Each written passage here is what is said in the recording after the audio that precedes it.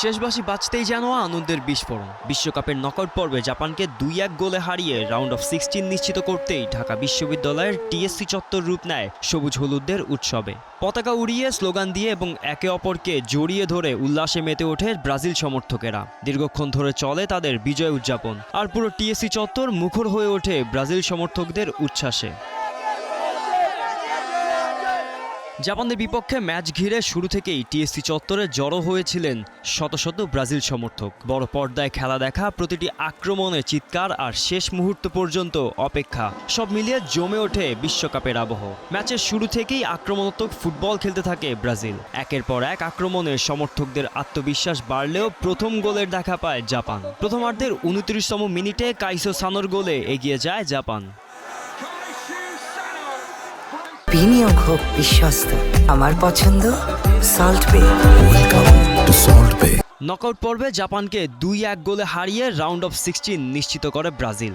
শেষ মুহূর্তে সেই জয় নিশ্চিত হতেই টিএসসিতে শুরু হয় উল্লাসের বিস্ফোরণ। সমর্থকদের বিশ্বাস, এই জয় ব্রাজিলের শিরোপা জয়ের পথকে আরও দৃঢ় করেছে। তাদের প্রত্যাশা, এই জয়ের ধারা ধরে রেখে ষষ্ঠবারের মতো বিশ্বকাপের ট্রফি ঘরে তুলবে সেলেসাওরা।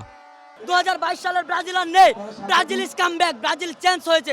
এই যে এখানে চলছে, তারা বলবে ইনশাআল্লাহ। বয়স হয়েছে আমার 26, কিন্তু জার্সি কিনতেছি 16 বছর ধরে।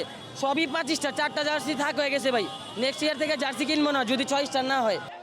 জয়ের আনুষ্ঠানিকতা নিশ্চিত হওয়ার পর টিএসসি এলাকা জুড়ে শুরু হয় আনন্দ মিছিল। মোটরসাইকেল, প্রাইভেট কার এবং দল বেঁধে হাঁটতে থাকা সমর্থকদের উপস্থিতিতে পুরো এলাকা হয়ে ওঠে উৎসব মুখর। ব্রাজিলের জার্সি গায়ে তরুণদের ব্রাজিল ব্রাজিল স্লোগানে মুখর হয়ে ওঠে চারপাশ।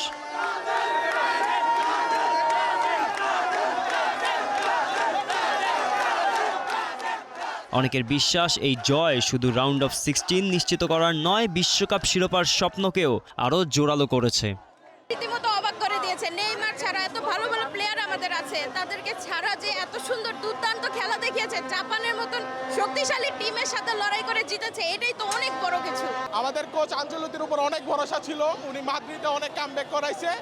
ইনশাআল্লাহ এখন আমাদের ব্রাজিলকেও করাচ্ছে, ইনশাআল্লাহ ফাইনাল পর্যন্ত নিয়ে যাবে, ফাইনালেও কামব্যাক করাবে ইনশাআল্লাহ। কার্লো আনচেলত্তির ট্যাকটিক্সে এটা, আমরা পিছিয়ে পড়বো, দেন আমরা কামব্যাক করব। এখন সমর্থকদের চোখ পরের ম্যাচে। তাদের প্রত্যাশা, এই ছন্দ ধরে রেখে শিরোপার পথে আরও এক ধাপ এগিয়ে যাবে ব্রাজিল। গোলাম মোর্শেদ, স্টার প্লে।